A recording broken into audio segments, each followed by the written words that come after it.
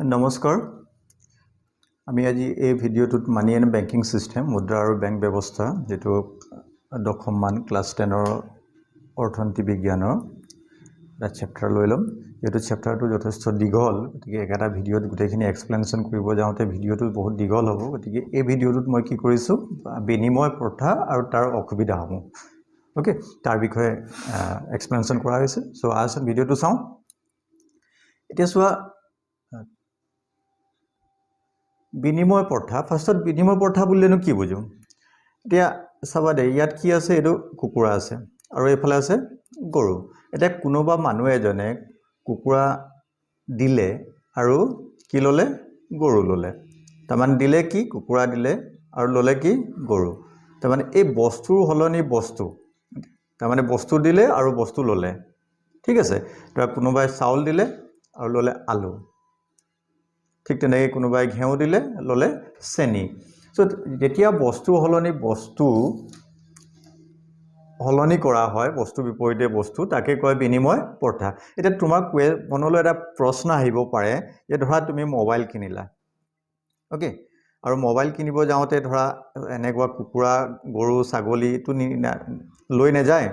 কোনোবাই ক'লে যে ঠিক আছে মোক মোবাইল এটা দে তাৰ বিনিময়ত দুটা ছাগলী দিম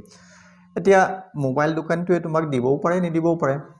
যদি নিদিও বুলি কয় তেতিয়ালে তুমি তাৰ লগত কাজিয়া কৰিব নোৱাৰা ঠিক আছে গতিকে সাধাৰণতে আজিকালি কি কৰো আমি যেতিয়া মোবাইল কিনিব যাওঁ বা যিকোনো বস্তু কিনিব যাওঁ আমি পইচা লৈ যাওঁ মানে মই মোবাইল কিনিলো বা তুমি মোবাইল কিনিলা আৰু দিলা কি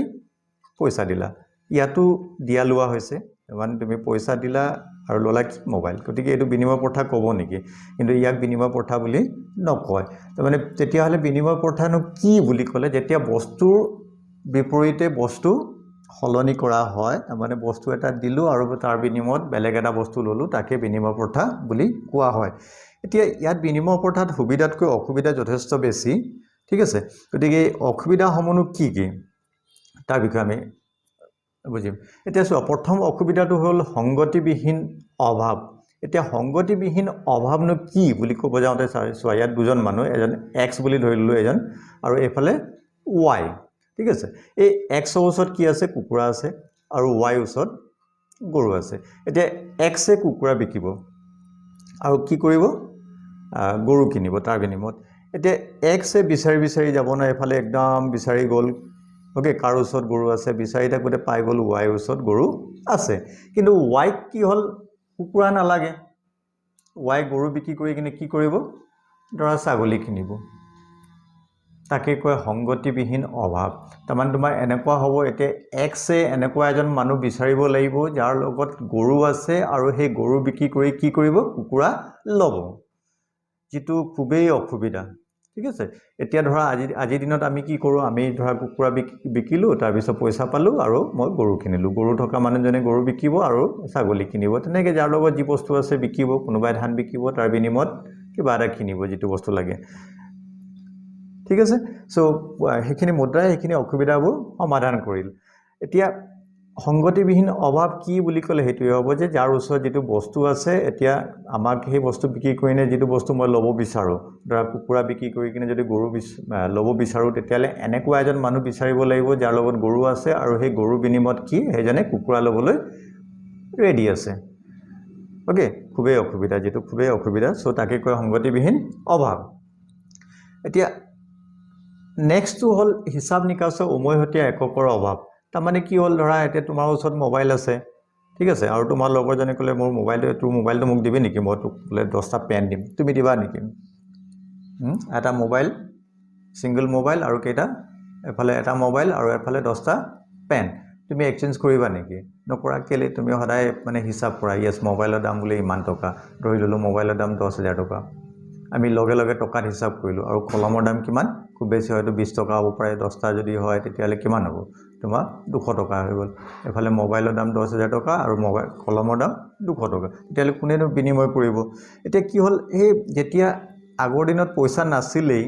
এতিয়া প্ৰথম জনিবা ধৰা এই আগত যেটো অসুবিধা আছিল হেতু সলভ হল জনিবা মানুহজনে পালে x এ বিচাৰি পালে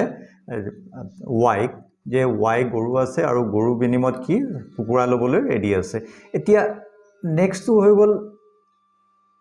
এজনী গৰু বিনিময়ত কেটা কুকুৰা দিব কাৰণ তাতো কোনো হিচাপৰ একক নাছিল ক্লিয়াৰ দাম কিমান বুলি ক'লে কেনেকৈ ক'ব আজিকালি দাম কিমান বুলি ক'লে আমি ইমিডিয়েটলি কি বুলি কৰোঁ মানে পইচাৰ লগত তুলনা কৰোঁ য়েছ এই বস্তুটোৰ দাম ইমান ধৰা কাৰোবাৰ লগত দামী ঘড়ী দামী কাপোৰ দামী মোবাইল দামী ঘৰ দামী চাইকেল আমি কেনেকৈ তুলনা কৰোঁ সাধাৰণতে পইচাৰ লগত তুলনা কৰোঁ গতিকে যিহেতু ইয়াত তোমাৰ কোনো একক নাছিল গতিকে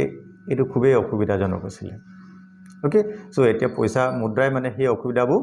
নাইকিয়া কৰিল ঠিক আছে বুজি পাইছা চাগে হিচাপ নিকাচৰ সময়তে এককৰ অভাৱনো কি হয় এতিয়া তৃতীয় যেটো অসুবিধা হ'ল বিভাজনীয়তাৰ অভাৱ তাৰ মানে কি ধৰা দ্বিতীয় অসুবিধাটো